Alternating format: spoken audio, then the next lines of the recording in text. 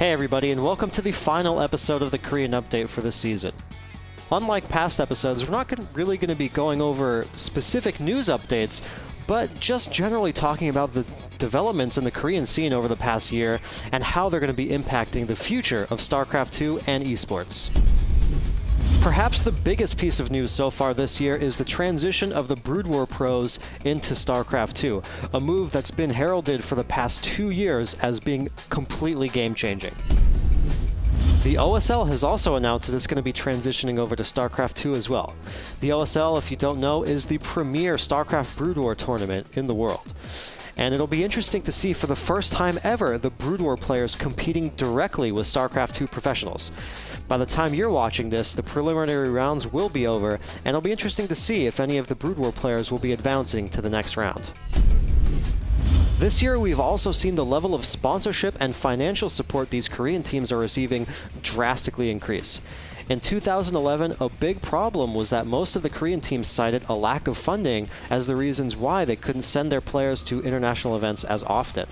This year, however, we're seeing a number of Koreans increasing dramatically at international events. For example, MVP has been sending 2 to 3 players to a plethora of events such as DreamHack, the GESL, and IPL. Team Incredible Miracle, for example, has bolstered its sponsor list quite impressively with the recent announcements of LG and Intel as official sponsors of the team. Unfortunately, one of the original and most storied StarCraft 2 teams, OGS, has announced that it is disbanding.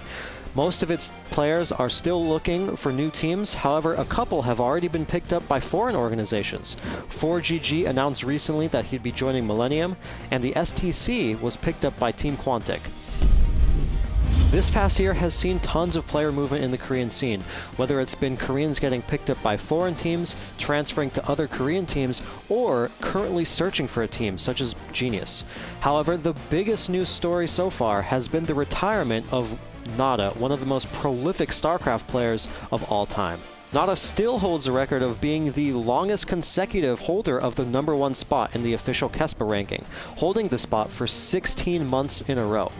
He was also the first person to win 3 OSLs and 3 MSLs, making him the most accomplished Brood War player of all time, possibly aside from Flash and Jaedong.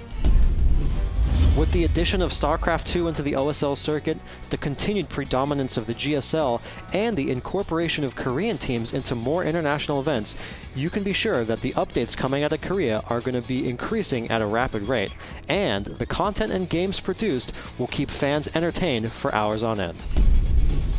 As always, I'll be here giving you updates on a weekly basis, covering the Korean scene, and giving you the latest news from Korea. This has been Xeris, and thank you guys for watching, and now, stay tuned for the NASL Grand Finals.